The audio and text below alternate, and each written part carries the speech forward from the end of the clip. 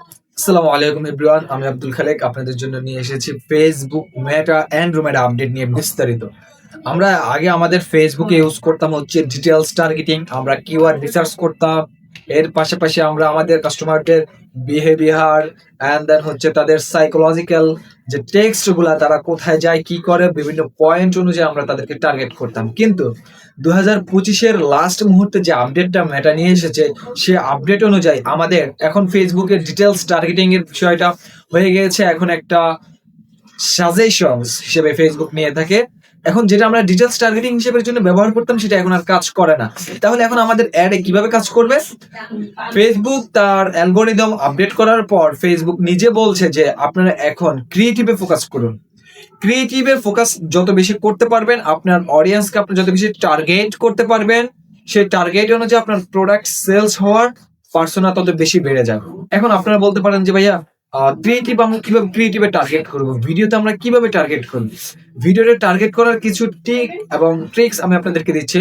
ধরুন আপনি হচ্ছেন অর্গানিক প্রোডাক্ট সেলস করে থাকেন। এখন আপনি যদি শুধু পার্কে বিভিন্ন সবুজ যে জায়গাগুলো হয়ে থাকে, সেই জায়গাগুলোতে গিয়ে ভিডিও করেন, সেই ক্ষেত্রে অবভিয়াসলি আপনি অর্গানিক যে কাস্টমার গুলো, যে ফুডের যে কাস্টমার গুলো, গ্রাহক গুলো, কনজিউমার, তাদেরকে আপনি অবশ্যই খুঁজে পাবেন। কিন্তু যারা হচ্ছে আপনার জিম করে, তারাও অর্গানিক ফুড পছন্দ করে। এখন আপনার অর্গানিক ফুডের সাথে জিম জানছে না, আপনার অর্গানিক ফুডের সাথে জিম যাচ্ছে না, কিন্তু তারপরও আপনাকে জিমে যেতে হবে।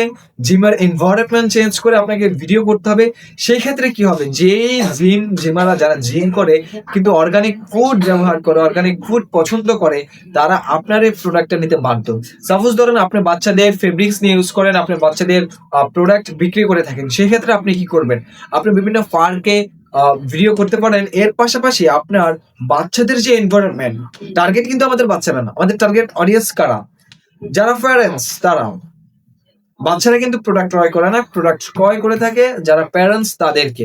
এখন তাদের মন মানসিকতা, তাদের ব্রেন সাইকোলজিক্যাল আমাদেরকে খেলতে হবে, ইমোশন নিয়ে কাজ করতে হবে। যদি আপনি সেলস করতে চান, সেক্ষেত্রে আপনার সেলস হবে না। যদি আপনি সমস্যার সমাধান করতে চান, সেই ক্ষেত্রে আপনার সেলস হবে। সুতরাং একটা কথা আমরা মনে রাখবো, সেলস নয়, সলিউশন সেল করতে হবে। তাহলে আমাদের কাঙ্ক্ষিত প্রোডাক্ট আমরা সেল করতে পারবো।